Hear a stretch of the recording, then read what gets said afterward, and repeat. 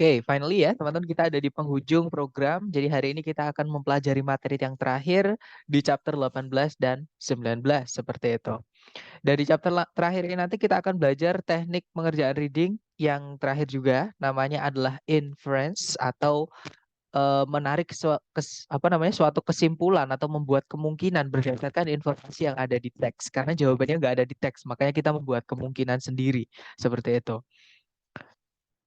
Nah, tapi sebenarnya sebelumnya kita review sedikit dulu tentang reading. Jadi reading nanti teman-teman dikasih 50 pertanyaan dan harus selesai paling lama itu waktunya 55 menit. Nah, kemudian tips di reading ini supaya teman-teman tidak buang-buang waktu, itu tipsnya satu ya, teman-teman, yaitu membaca pertanyaannya dulu baru kita nanti loncat ke teks. Karena teman-teman nanti dari membaca soal akan ada eh, 3 kemungkinan langkah yang harus diambil seperti itu. Kemudian vocabnya teman-teman nanti yang akan sangat menentukan dalam mengerjakan reading ini. Semakin banyak vocab, semakin mudah untuk mengerjakan reading. Seperti itu. Nah, yang saya bilang tadi, ketika teman-teman membaca pertanyaannya dulu, baru lari ke teks, teman-teman nanti akan ada 3 opsi ya. Yaitu opsi pertama, apakah teman-teman cukup membaca kalimat pertama di setiap paragraf saja. Kemudian yang kedua, apakah teman-teman harus melakukan scan dan skim dulu karena yang ditanyakan itu informasinya kecil, informasi tertentu yang ada di dalam teks. Oke. Dan yang hari ini kita akan pelajari apakah teman-teman harus membuat suatu kemungkinan atau apa ya, menarik suatu kesimpulan berdasarkan informasi yang ada di dalam teks seperti itu. Nah, untuk jenis soal yang cara mengerjakannya nomor 1 atau membaca kalimat pertama di setiap paragraf, pokoknya kalau ada pertanyaan yang menanyakan garis besar mengenai teks, entah itu main idea atau gagasan utama dari teksnya, atau idea organization, pengembangan ide di dalam teksnya, atau tone, suasana hati penulis di dalam teks, atau purpose itu maksud dari seluruh teks itu, dan course itu bidang keilmuan yang membahas teks tersebut. Makanya saya bilang garis besar ya, cukup baca kalimat pertama di setiap paragraf. Nah, kemudian ada juga yang kemarin kita pelajari terakhir, yaitu teknik scan dan skim atau membaca cepat. Karena informasi yang ditanyakan itu informasi khusus atau informasi kecil yang ada di dalam teks, teman-teman. Maka harus dicari dulu di teks, yaitu letaknya di mana, kemudian teman-teman nanti lakukan langkah berikutnya. Nah, ada 5 untuk jenis soal yang menanyakan informasi khusus. Yang pertama, locate information atau mencari letak informasi tertentu. Kemudian yang kedua, pronoun reference itu rujukan kata ganti. Jadi kata ganti A itu menggantikan benda apa yang sebelumnya sudah disebutkan. Oke, kemudian ada juga stated detail.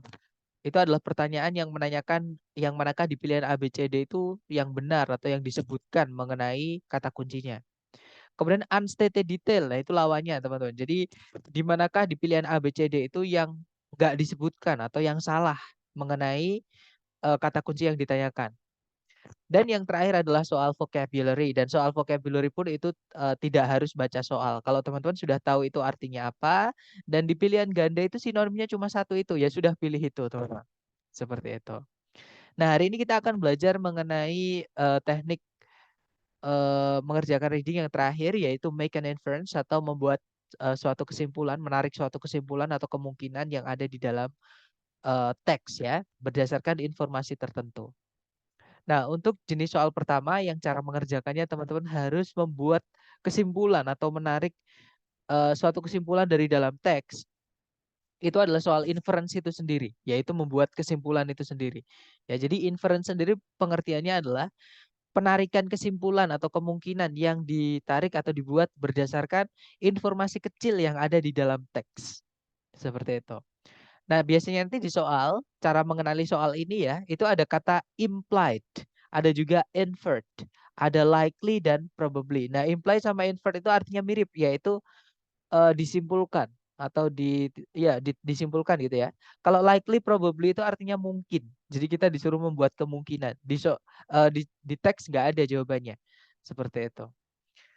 Nah, cara menjawabnya, teman-teman baca soal dulu, cari kata kunci yang ditanyakan. Kalau di soal nggak ada ya baca seluruh pilihan A, B, C, D untuk mengenali variabel. Memang untuk inference ini teman-teman harus jeli-jeli menarik variabel atau menarik apa ya, kayak kesimpulan yang ditanyakan itu apa, kayak gitu.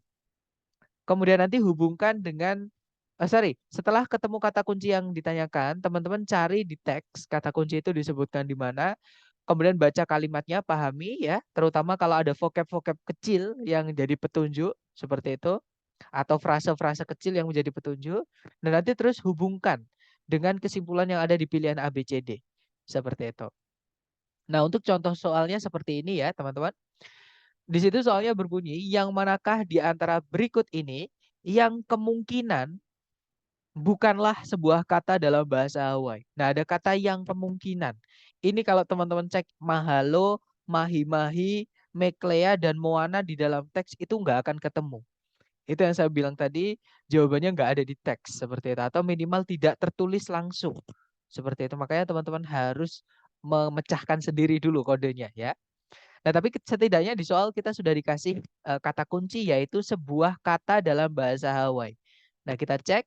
Nah, kata dalam bahasa Hawaii itu dibahas di paragraf 1 ya. Di situ ada words and Hawaiian language. Jadi kalimatnya kalau paragrafnya kalau dibaca kurang lebih bahasa Hawaii merupakan sebuah bahasa yang merdu yang di dalamnya semua kata itu didapat atau dibuat dari susunan A, B, C, D yang hanya terdiri dari 12 huruf saja, yaitu 5 huruf vokal A, I, U, E, O dan 7 huruf mati atau huruf konsonan ya, yaitu H, K, L, M, N, P, W.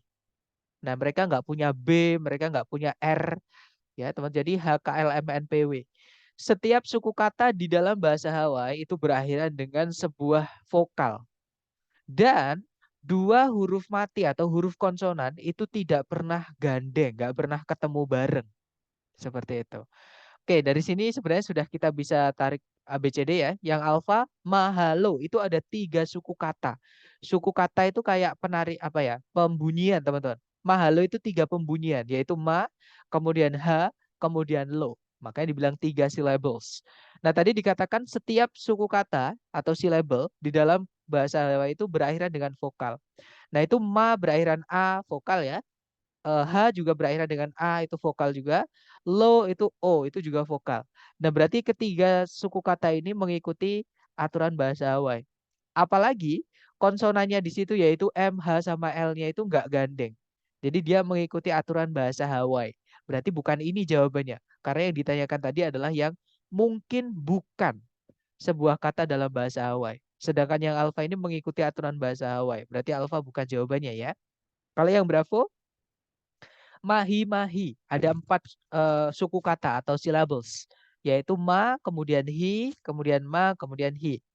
Nah, setiap syllablesnya itu diakhiri dengan vokal. Yaitu a, i, a, i. Kemudian huruf konsonan atau huruf matinya itu nggak pernah ketemu, teman-teman. Yaitu terpisah semua MH, MH-nya.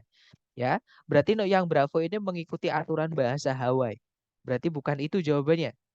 Kalau yang Charlie ada kata meklea. Nah, di situ ada yang digaris bawahi, teman-teman, yaitu K sama L.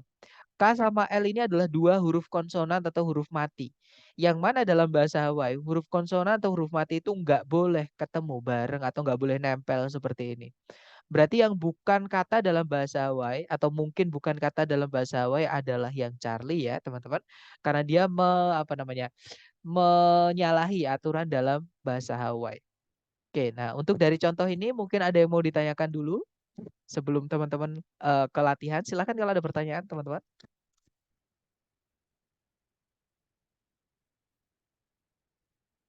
Clear ya? Nggak ada ya? Baik, kalau nggak ada, mari kita lanjut ke latihan soal. Di sini ada 2 soal, artinya teman-teman punya waktu 2 menit. Dimulai dari sekarang, silakan teman-teman.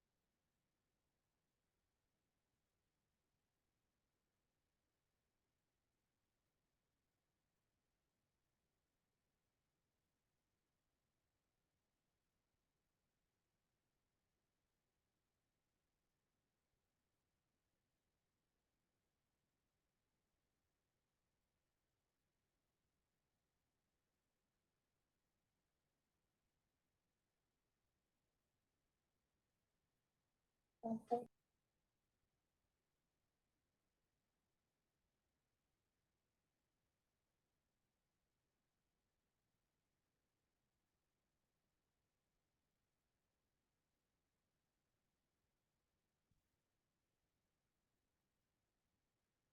2 menit sudah habis, teman-teman.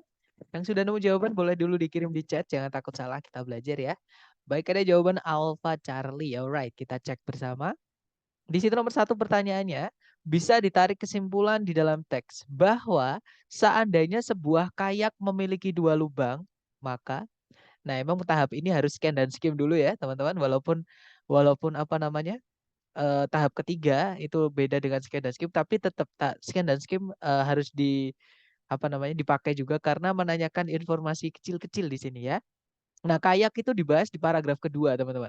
Oke, kita baca paragraf kedua, lebih tepatnya untuk hubungannya dengan lubang atau sebenarnya ke ininya ya, tempat buat duduknya itu. Nah, itu dibahas di kalimat keduanya. Kita baca, sebuah kayak itu umumnya dibuat dengan 1 lubang di deknya untuk 1 penumpang. Namun beberapa kayak itu dibuat untuk 2 penumpang maksudnya ya. Karena dek dari sebuah kayak itu tertutup atasnya, kecuali untuk lubang atau lubang-lubangnya, untuk penumpang atau penumpang-penumpangnya. Nah, dari sini saya berhenti. Kenapa? Karena dari sini kita sudah menemukan jawabannya. Jadi hubungan lubang itu adalah dengan penumpang. Ya, saya ulang lagi. Lubang di kayak itu ada hubungannya dengan jumlah penumpang. Ya, kalau lubangnya 1 untuk 1 penumpang, kalau lubangnya lebih dari 1 atau lebih tepatnya 2 ya, itu dipakai untuk 2 penumpang. Seperti itu. Nah, di pilihan A, B, C, D, teman-teman akan cuma menemukan kata penumpang atau pengendara itu cuma di 1 pilihan. Ya sudah pasti jawabannya berarti yang itu karena hubungannya lubang dengan pengendara ya. Ya betul jawabannya adalah yang alfa, teman-teman. It accommodates 2 riders. Dia menampung 2 pengendara seperti itu. Kemudian nomor 2, it can be inferred from the passage that an example of the animals mentioned might be. Nah, sama. Kata kuncinya teman-teman animals mentioned di sini atau animals lah minimal. Yang mana dia disebutkan kalau teman-teman scan dan skim itu di kalimat terakhir. Kalimatnya berbunyi, the umiak, ada the, sebelumnya sudah disebutkan ya. Umiak itu adalah jenis kapal yang dia lebih besar dibandingkan kayak, teman-teman. Nah, itu dipakai untuk menarik harta benda dari satu tempat camp menuju tempat camp yang lain. Dan umiak dipakai untuk berburu hewan-hewan yang lebih besar yang terlalu besar untuk diburu menggunakan kayak. Nah, kalau untuk sedikit informasi, kalau kita mundur sedikit ukurannya umiak ya. Ukurannya umiak itu dibahas di kalimat kedua dari paragraf ini. Dia disebutkan kayak itu merupakan perahu terbuka, nggak ada lubang, nggak ada tutup atasnya, yang dibangun untuk atau yang dibuat untuk mengangkut 10 hingga 11 penumpang. Jadi bisa dibandingkan ya kalau kalau kayak tadi paling banyak 2 orang, umiak ini bisa sampai 12 orang, teman-teman. Oke, jadi besarnya jauh banget kayak gitu. Maksudnya bedanya ya. Kita cek ABCD yang alfa, a kangaroo, kanguru nggak mungkin ya kita berburu kanguru menggunakan kapal atau perahu. Bukan berarti yang alfa karena kanguru tinggalnya di darat, teman-teman. Kalau yang Bravo snake, nah sebesar-besarnya ular laut atau ular air lah misalkan anaconda gitulah ya. Itu bisa ditarik menggunakan umiak kayak gitu. Atau misalkan kayak masih bisa lah, misalkan lehernya diikat gitu dia udah mati, ularnya terus diikat lehernya terus ditarik pakai kayak masih bisa lah kayak gitu ya. Apalagi di air. Kalau yang Charlie a whale, nah ketemu teman-teman. Hewan yang terlalu besar untuk diburu menggunakan kayak itu adalah paus. Ya karena yang ada malah kayaknya yang untuk berburu paus nggak bisa kayak gitu. Malah kayaknya ditarik ke bawah, bukan pausnya ditarik sama si kayak. Oke, jawabannya berarti yang Charlie. Kalau kalau yang delta itu a salmon, sebesar-besarnya ikan salmon itu masih bisa dinaikkan ke kayak atau mau ditarik ke kayak juga bisa seperti itu. Oke, jadi nomor 2 jawabannya Charlie. Oke, good job. Jawabannya Alpha Charlie. Nice. Lanjut ke nomor 3, 4, 5. Hati-hati teman-teman di sini uh, kata kuncinya lebih sempit atau lebih kecil. Tapi teman-teman coba dulu, jangan takut salah. Waktunya 3 menit dimulai dari sekarang, silahkan.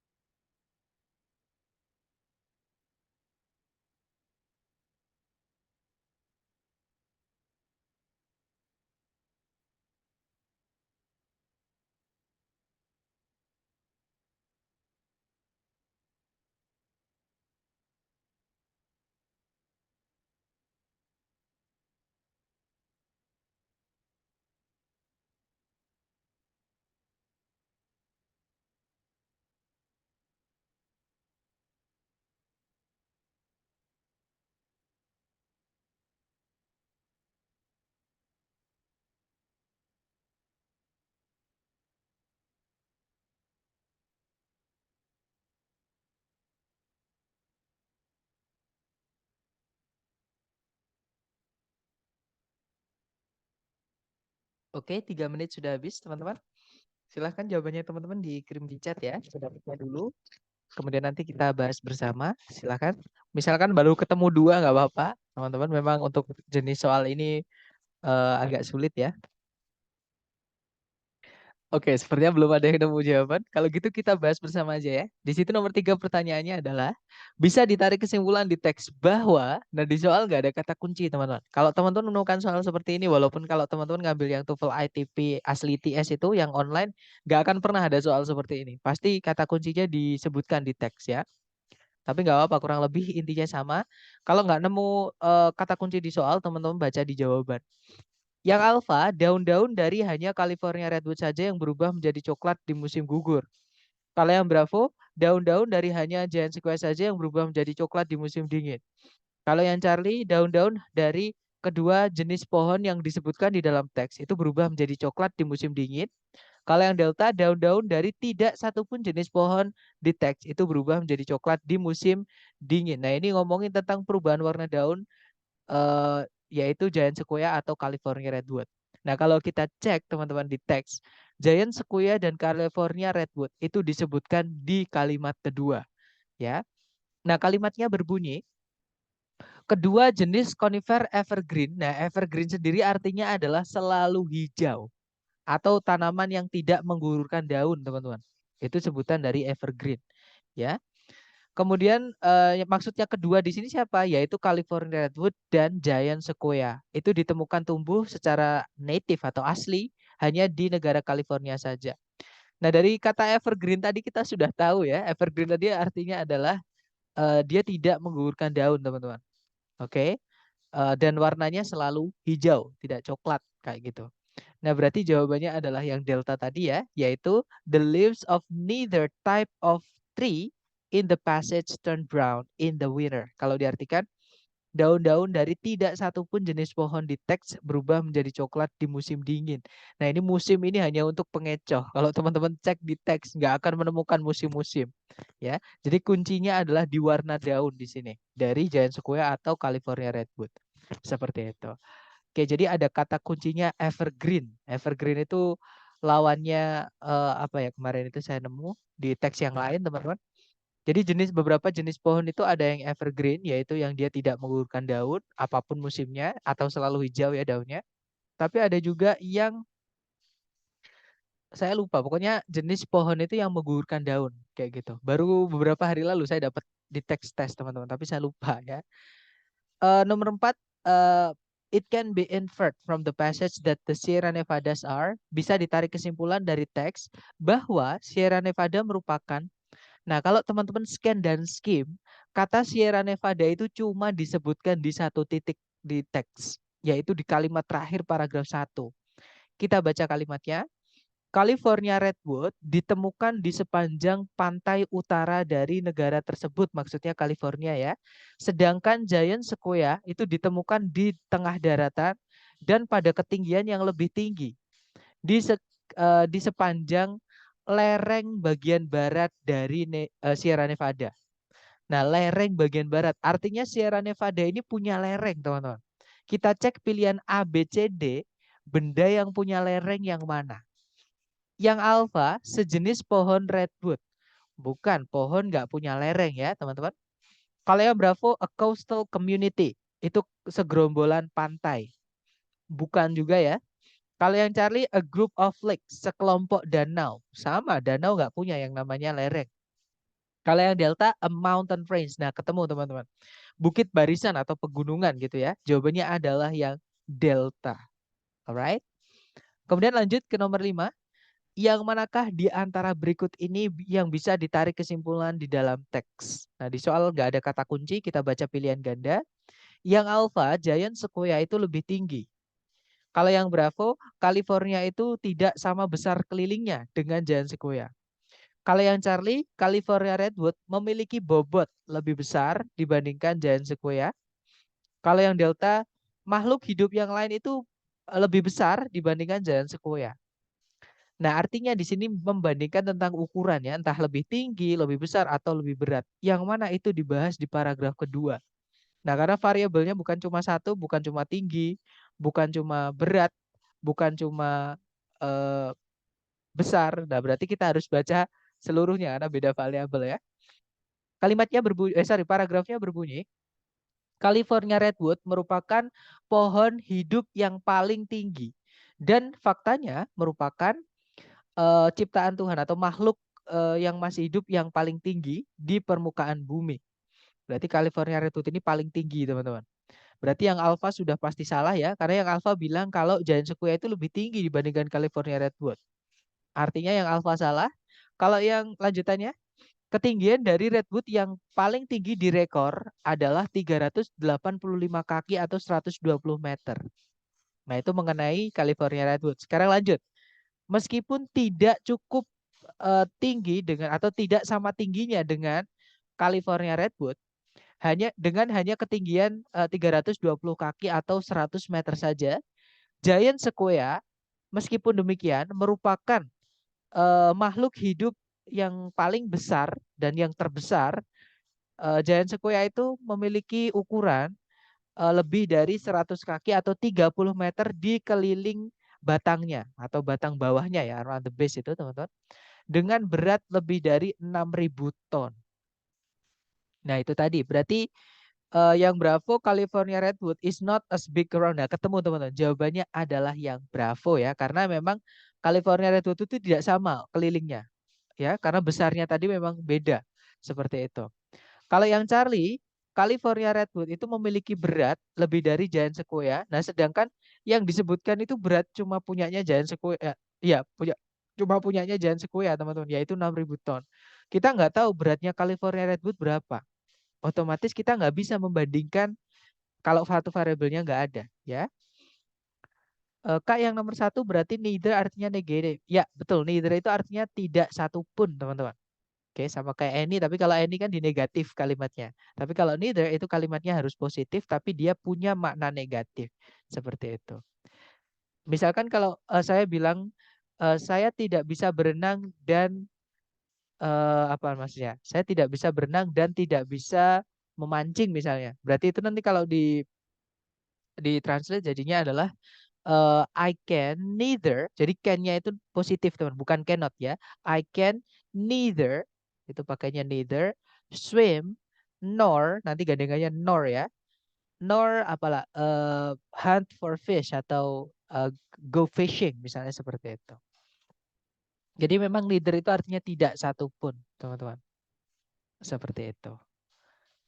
Oke, dapat ya, Miss. Dan itu vocab, teman-teman. Itu penting ya, karena di reading ini yang paling penting adalah vocab. Grammar nggak penting, seperti itu. Apalagi pronunciation ya, kita nggak disuruh baca di sini. Maksudnya nggak disuruh membaca kencang. Kita nggak dinilai pronunciationnya, tapi lebih ke pemahamannya. Jadi memang vocab yang penting. Oke, nice.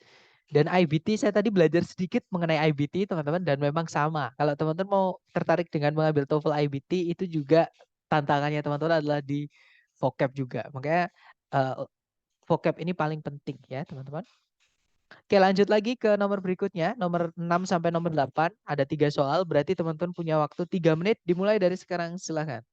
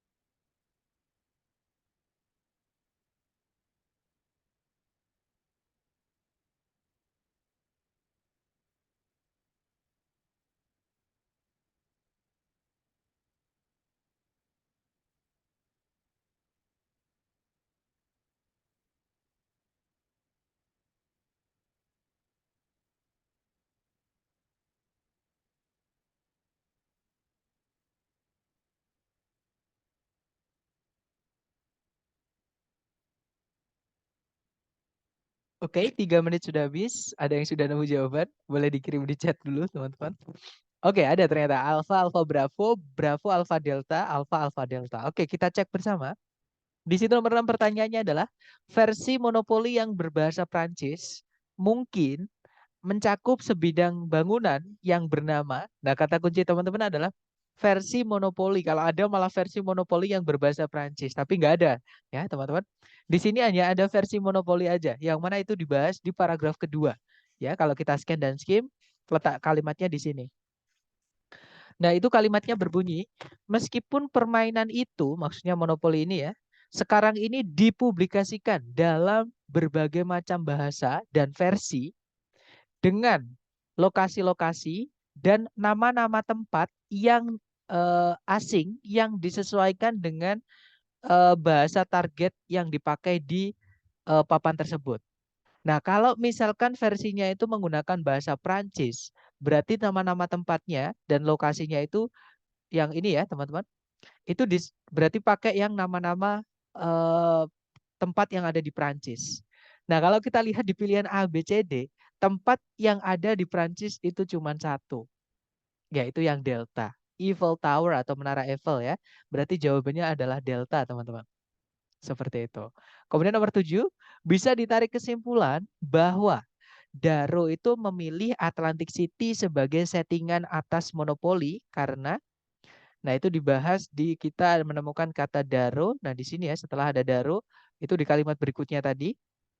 Kalimatnya berbunyi, permainan monopoli ini itu ditemukan di tahun 1933 oleh Charles Darrow di masa puncaknya masa Great Depression. Nah, ini peristiwa sejarah, teman-teman. Great Depression itu nama peristiwa sejarah, yaitu krisis moneter global. Lebih tepatnya yang paling parah itu Eropa sama Amerika, seperti itu. Darrow yang tinggal di Germantown, Pennsylvania. Jadi Darrow ini aslinya dari Germantown, Pennsylvania, teman-teman. Dia sendiri juga nganggur atau nggak punya pekerjaan di masa finansial sulit itu. Dia itu mengatur, nah ini ada kata set ya, tadi pertanyaannya setting, set atau dia mengatur permainan aslinya itu tidak seperti yang diduga-duga di rumahnya yaitu Germantown, tapi malah di Atlantic City, New Jersey. Lah alasannya kenapa? Alasannya adalah karena New Jersey ini merupakan situs dari berbagai tempat-tempat liburan selama masa pre-depression. Pre-depression itu sebelum terjadinya masa Great Depression itu. Jadi masih normal, stabil ekonomi seperti itu. Ya, di mana dia menjelajahi atau berjalan sepanjang, nah ini ada tempat di sana namanya Boardwalk dan mengunjungi juga yang namanya Park Place di Atlantic City itu.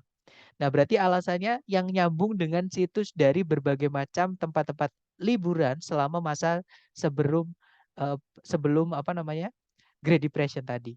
Kita cek ABCD yang alpha, it brought back good memories. Karena Atlantic City itu mengingatkan kembali, maksudnya ya, brought back itu mengingatkan kembali kenangan-kenangan indah, maksudnya sebelum masa depresi. Nah, kemungkinan alpha bisa karena dia nyambung. Kita cek dulu yang Bravo dan yang Delta, Bravo Charlie Delta. Kayak yang Bravo, keluarganya itu berasal dari Atlantic City. Bukan ya, jelas-jelas Daro itu aslinya dari Germantown, teman-teman. Asalnya dari Germantown. Bravo bukan. Kalau yang Charlie, the people of Germantown might have been angered if he had used Germantown. Orang-orang Germantown bakal marah kalau dia pakai Germantown. Tidak ada yang membuat orang Germantown marah ya, teman-teman, di informasi tadi. Charlie bukan. Yang Delta, Atlantic City itu lebih besar dibandingkan Germantown. Tidak ada yang ngomongin ukuran juga. Kita nggak tahu ukurannya besar yang mana. Karena di teks nggak ada petunjuk itu sama sekali. Jadi ya sudah, jawabannya yang betul adalah yang alpha tadi. Karena Atlantic City itu membawa kenangan-kenangan indah sebelum masa depresi. Ya. Kemudian nomor 8, Parker Brothers is probably, Parker Brother itu mungkin. Nah, kata kunci teman-teman adalah Parker Brothers. Itu disebutkan di kalimat terakhir, teman-teman. Kalimatnya berbunyi, Daro membuat permainan-permainan awalnya itu dengan tangan dan menjualnya secara lokal sampai akhirnya perusahaan yang namanya Parker Brothers ini membeli seluruh hak atas monopoli, entah itu hak milik, hak cipta, copyright dan sebagainya ya. Di tahun 1935 dan mengambil langkah pertama menuju produksi massal sampai saat ini. Nah, berarti Parker Brothers ini memproduksi monopoli ini, mainan ini, teman-teman. Artinya dia pabrik mainan, ya. Jadi jawabannya adalah yang Bravo. A game manufacturing company, sebuah company atau perusahaan manufaktur mainan atau pembuatan mainan. Seperti itu. Kalau yang apa, a real estate company, perusahaan real estate, bukan ya teman-teman, karena dia nggak jual bangunan juga nggak jual tanah. Kalau yang Charlie, a group of Charles Darrow's friend, teman-temannya Charles Darrow, nggak ada juga ya di situ keterangan kalau itu merupakan teman-temannya Charles Darrow. Kalau yang Delta, a toy design company, perusahaan pendesain mainan. Kalau hanya mendesain harusnya dia tidak membeli seluruhnya ya. Dia hanya membuka jasa desain saja. Delta bukan teman-teman. Jadi lebih tepatnya yang pembuatan game atau mainan tersebut. Oke. Oke, lanjut lagi. Nah, itu tadi adalah jenis soal pertama yang cara mengerjakannya harus membuat kesimpulan sendiri, yaitu inference. Sekarang jenis terakhir, teman-teman. Soal terakhir ini lebih gampang. Walaupun jarang keluar ya, lebih sering keluar yang sebelumnya tadi, teman-teman, inference. Nah, kalau transition ini jenis soal terakhir yang cara mengerjakannya teman-teman harus membuat kemungkinan atau kesimpulan berdasarkan informasi yang ada di teks. Cuman ini lebih gampang ya karena letaknya jelas teman-teman di mana. Nah, untuk transisi sendiri itu pengertiannya adalah perpindahan topik atau paragraf. Jadi kalimat satu dengan kalimat yang lain, misalnya ya teman-teman, kalimat satu dan kalimat dua itu ada perpindahannya, ada jembatannya. Supaya paragraf itu kalau kita baca atau teks itu kalau kita baca itu kohesif atau koherensif. Jadi kalau dibaca itu nyambung, enak, smooth gitu. Nggak bolak-balik. Terus juga kalimat satu dan kalimat setelahnya itu ada sambungannya. Itu namanya kohesi dan koherens ya teman-teman. Nah, untuk letaknya transisi atau jembatan antar paragraf itu letaknya adalah di kalimat yang paling dekat antar setiap paragraf. Misalnya paragraf satu dan paragraf kedua, kalimat transisinya itu terletak di kalimat terakhir paragraf satu dan kalimat pertama paragraf kedua. Itu jembatannya, teman-teman. Oke, misalnya paragraf 2 dan paragraf ketiga, tempatnya adalah transisinya ini ya, kalimat terakhir paragraf 2 dan kalimat pertama paragraf 3. Nah, itu kalimat transisi namanya untuk menghubungkan dua paragraf tersebut. Oke. Nah, nanti ada jenis soal yang menanyai kita, kira-kira kalau setelahnya teks itu following ya, atau sebelumnya teks itu preceding, mau kita masukkan paragraf. Nah, itu paragrafnya membahas tentang topik apa atau mengangkat topik apa. Seperti itu. Saya ulang lagi, jenis soal ini adalah yang menanyakan kalau setelahnya teks atau sebelumnya teks itu kita disuruh memasukkan paragraf atau apa namanya ya memasukkan paragraf. Paragraf itu nanti yang akan kita masukkan membahas tentang apa. Nah, itu nanti ada dua tergantung ya teman-teman, dua pilihan.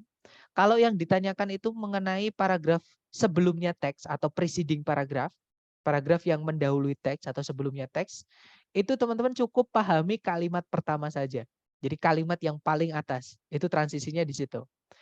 Nah, kalau yang ditanyakan adalah following paragraf atau paragraf setelahnya teks. Nah, itu nanti teman-teman cukup pahami kalimat terakhir saja karena transisinya terletak di situ, ya. Nah, untuk contoh soalnya kurang lebih seperti ini. Di situ soalnya berbunyi, the paragraph preceding this passage most probably discusses. Paragraf yang mendahului teks ini kemungkinan besar akan membahas. Nah, karena yang ditanyakan mendahului ya, teman-teman. Berarti kita baca kalimat pertama, itu transisinya di situ. Oke, jadi soal ini maksudnya adalah kalau di atasnya teks ini kita mau tambahi paragraf satu lagi. Nah, paragraf yang mau kita tambah itu membahas tentang apa?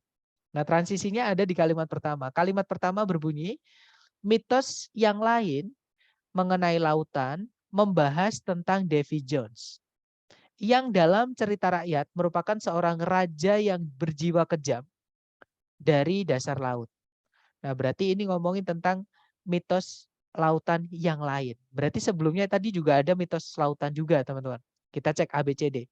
Yang alpha, the youth of Davy Jones. Masa mudanya Davy Jones. Nggak mungkin ya, teman-teman, paragraf sebelumnya membahas Davy Jones. Kemudian transisinya bilang kalau Davy Jones ini yang lain, mitos yang lain, yang berbeda. Nah, artinya paragraf sebelumnya itu mitosnya juga bukan Davy Jones, ya. Sedangkan yang ada Davy Jones-nya jangan dipilih, yang alpha bukan, Bravo bukan, apalagi Davy Jones baru diperkenalkan di sini. Kalau baru disebutkan namanya atau diperkenalkan di sini, ya paragraf sebelumnya nggak boleh membahas tentang itu. Nanti maju mundur seperti itu. Oke, berarti Bravo bukan juga. Kalau yang Charlie, a different traditional story from the sea. Cerita tradisional, maksudnya mitos tadi ya, yang berbeda dari laut atau mengenai laut. Nah, ketemu. Jawabannya adalah Charlie. Nah, mungkin ada pertanyaan dulu untuk teknik soal terakhir ini, teman-teman. Sebelum kita ke latihan buat teman-teman. Silahkan kalau ada pertanyaan. Nggak ada ya? Baik, kalau nggak ada kita lanjut ke latihan soal. Di sini ada 2 soal. Teman-teman coba dulu, jangan takut salah. Waktunya 2 menit dimulai dari sekarang. Silahkan teman-teman.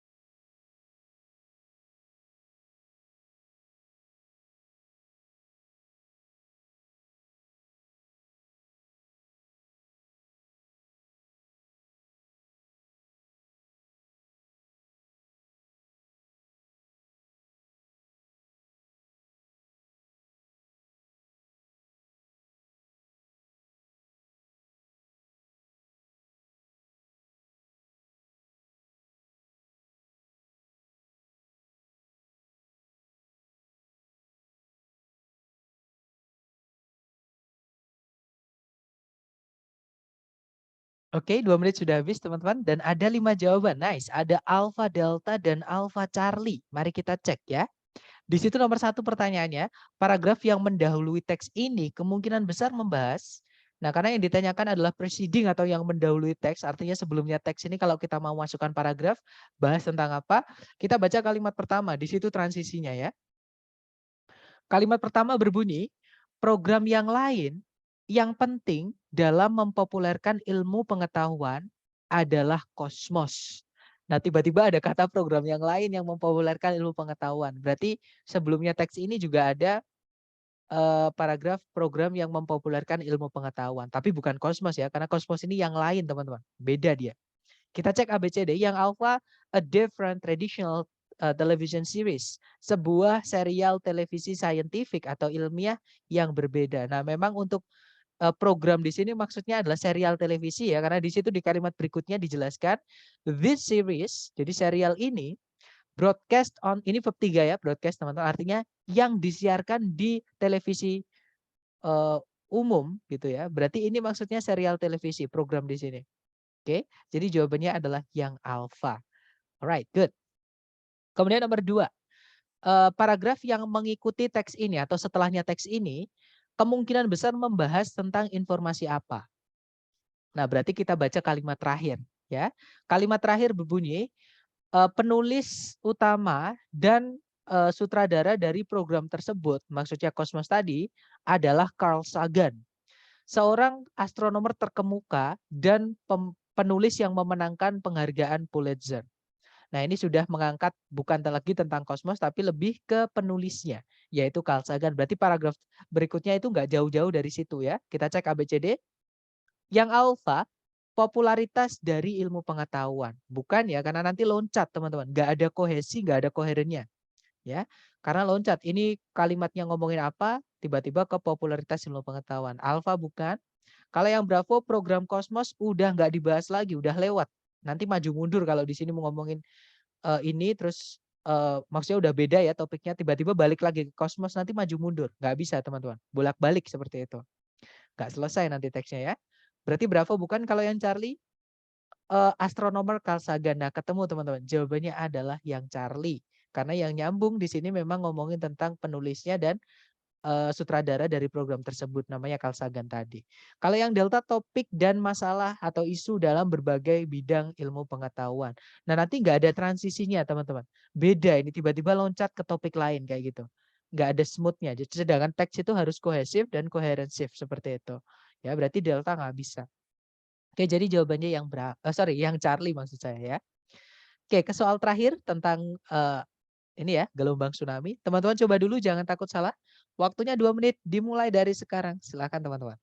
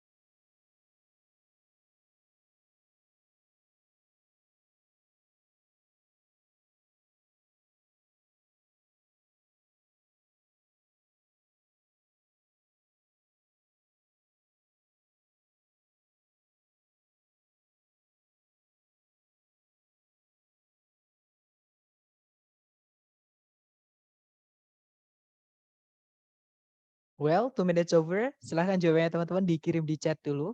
Baik, ada 4 jawaban dan ada Charlie Bravo, ada juga Alpha Delta dan Charlie Delta. Kita cek teman-teman.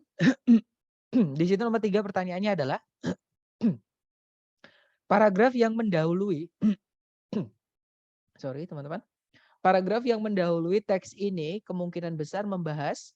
Nah, karena yang ditanyakan preceding atau mendahului teks, kita baca transisinya ya, yaitu di kalimat pertama paragraf 1 atau paling atas ya.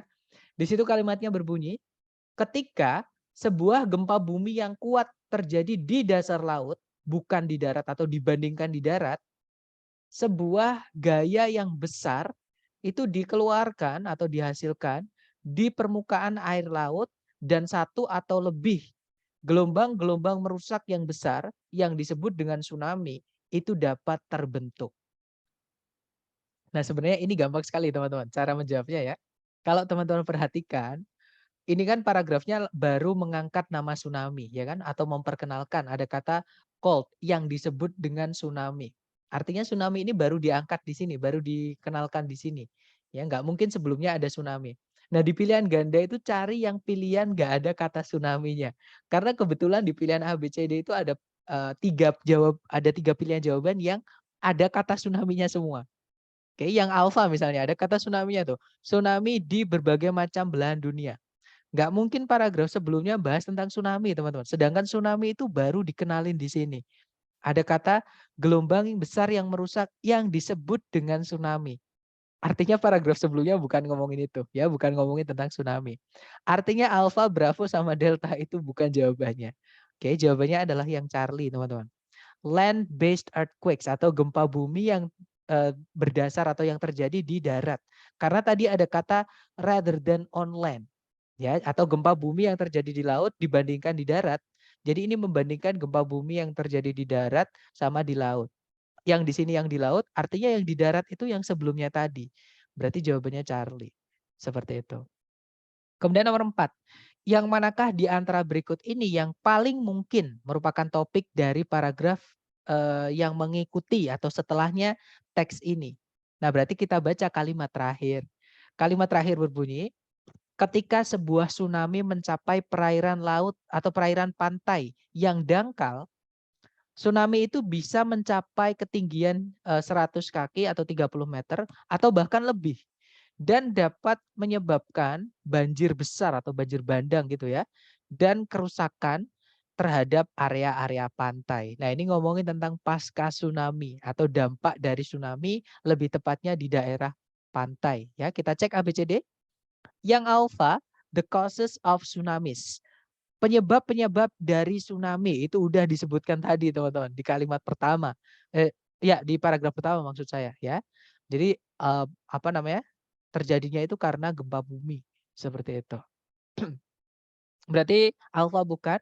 Kalau yang bravo, dampak-dampak kerusakan dari tsunami di daerah pantai. Nah, ketemu jawabannya adalah bravo.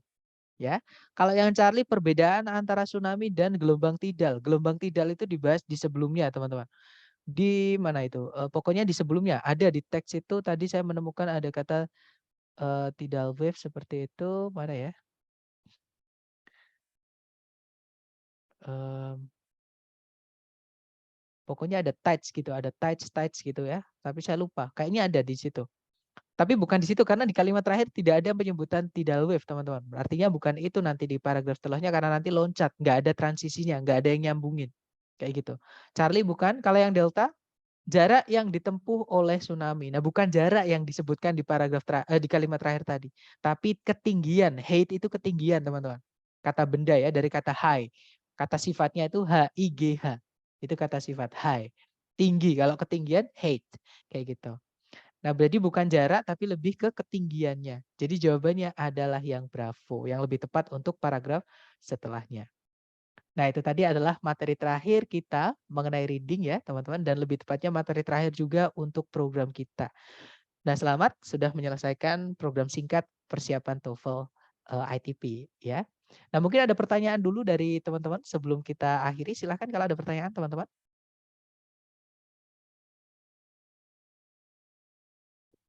Nggak ada? Oke, kalau nggak ada mungkin saya sedikit informasikan buat teman-teman sebelum tes karena mungkin masih ada beberapa waktu ya teman-teman. Saya membuat program tambahan, maksudnya kelas tambahan buat teman-teman yang merasa terlalu cepat untuk tes dan belum siap. Jadi di program tambahan nanti atau di kelas tambahan nanti itu nanti teman-teman akan dapat pembahasan soal prediksi untuk tes. Jadi itu sebelumnya tes. Kemudian setelahnya tes nanti, teman-teman setelah tes pertama, karena teman-teman nanti dikasih beberapa kesempatan tes ya. Tes pertama nanti kan untuk teman-teman mengecek kemampuan teman-teman sendiri. Jadi berapa nilai teman-teman sebenarnya dari tes kayak gitu.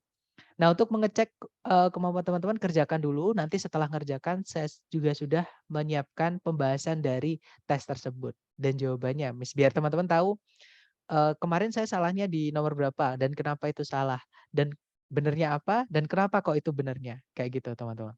Ya nanti kalau teman-teman tertarik mengambil kelas tambahan silahkan japri saya. Oke. Mister P untuk rekamannya boleh di-share ya di grup untuk yang kemarin dan hari ini. Oh ya kemarin saya lupa ya teman-teman. Oke siap Mister. Oke thanks for reminding me ya for the reminders. Kak mau tanya untuk perbedaan 1930 ditambah S sama S apa ya? Nah sebenarnya itu saya juga bingung teman-teman. Mohon maaf ya. Maksudnya gini, saya menemukan ada 1930 yang ada tanda petik ini model caranya orang Amerika itu bilang 1930-an. Tapi itu versi lama. Ya, jadi saya beberapa kali nemu text reading itu 1930-nya itu ditambah tanda petik S. Oke. Kemudian yang ada juga yang 1930 ditambah S, tapi konteksnya menurut saya sama aja. Jadi mungkin karena setelahnya nggak ada kata benda teman-teman. Oke, kalau nggak ada atau sebentar mungkin saya cek dulu di kamus, siapa tahu ada ya. Saya dulu belum sempat ngecek, mari kita cek tanda petik S. Karena di kamus itu lengkap teman-teman. Saya rubah layarnya juga di kamus. Tolong saya dikasih tahu kalau layarnya teman-teman sudah pindah ke kamus ya, teman-teman.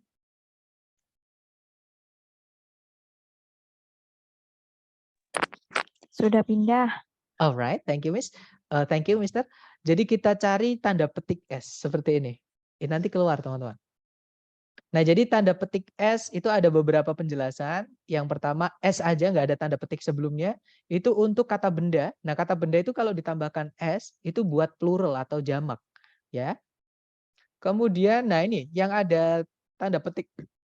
Tanda petiknya itu seperti ini, teman-teman. Sebentar, oke. Jadi tanda petik itu namanya suffix. Suffix itu bukan kelas kata, teman-teman. Tapi dia juga termasuk kalau kita bilangnya adalah morfem. Morfem itu adalah pecahan kecil di kata. Kenapa dia dibilang bukan kelas kata? Karena S sendiri nggak punya arti. Nah, sedangkan kata itu satuan bahasa yang paling kecil dan dia punya arti, teman-teman. Nah, S ini juga satuan bahasa, tapi dia nggak punya arti. Dia hanya punya fungsi saja.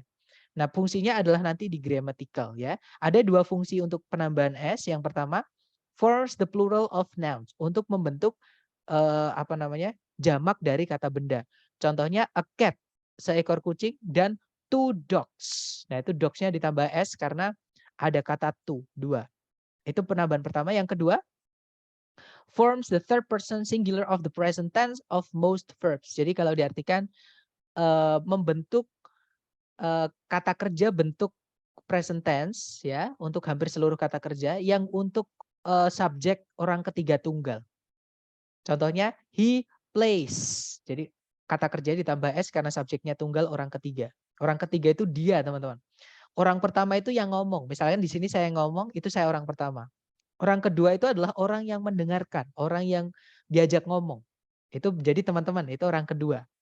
Nah, orang ketiga itu yang nggak ikut conversation. Misalkan orang yang dibahas, ya. Jadi atau ya orang yang nggak ikut, orang yang jauh intinya gitu. Itu atau yang dibahas itu orang ketiga namanya.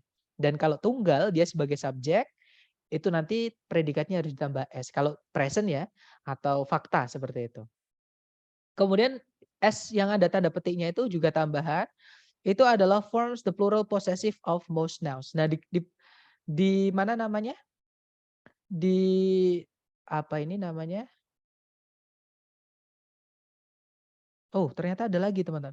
Kalau yang tadi nggak ada ya, keterangan tahun ditambah S itu nanti untuk apa dan tanda petik S nggak ada. Nah, di sini juga nggak ada, teman-teman. Jadi bisa dibilang kalau nggak ada ya, berarti itu hanya penulisan saja, Miss. Artinya nggak ada bedanya. Kayak gitu. Karena di kamus itu juga nggak dibedakan. Jadi 1930 tanda petik S sama 1930 S, anggap aja itu sama aja. Artinya 1930-an. Kecuali kalau setelahnya ada kata benda, itu nanti jadi kepemilikan. Jadi misalnya 1930 tanda petik S apa ya? Anniversary enggak mungkin anniversary, kata bendanya, kata sifat kata benda untuk tahun itu event misalnya. Jadi 1930-an events. Jadi kejadian-kejadiannya tahun 1930-an. Misalnya seperti itu. Tapi kalau nggak ada kata bendanya, cuma 1930 tanda petik S atau S saja, itu nggak ada bedanya. Artinya untuk menambahkan akhiran an. Seperti itu, Miss. 1930-an. Maksudnya 1930-an itu bisa saja 1931, 1932. Si penulis tidak yakin, teman-teman. Jadi bilangnya 1930-an. Seperti itu. Gimana, Miss? Dapat maksud saya? Oke, dapat ya. Memang makanya saya dulu juga bingung, teman-teman. Untuk 1930 tanda petik S sama yang nggak ada tanda petiknya itu bedanya apa? Saya belum menemu sampai sekarang. Tapi senangkapnya saya, arti dari konteksnya itu sama aja. Seperti itu. Mungkin ada pertanyaan lagi dari teman-teman yang lain mungkin? Nggak ada ya, teman-teman. Baik, kalau nggak ada, thank you so much for having me this past month. Ya, terima kasih sudah bergabung belajar TOEFL ITP dengan saya untuk 1 bulan terakhir. Semoga teman-teman sukses dengan yang diusahakan ya. And I'll see you again when I see you next time, teman-teman. The last I say, Assalamualaikum warahmatullahi wabarakatuh and thank you so much everyone.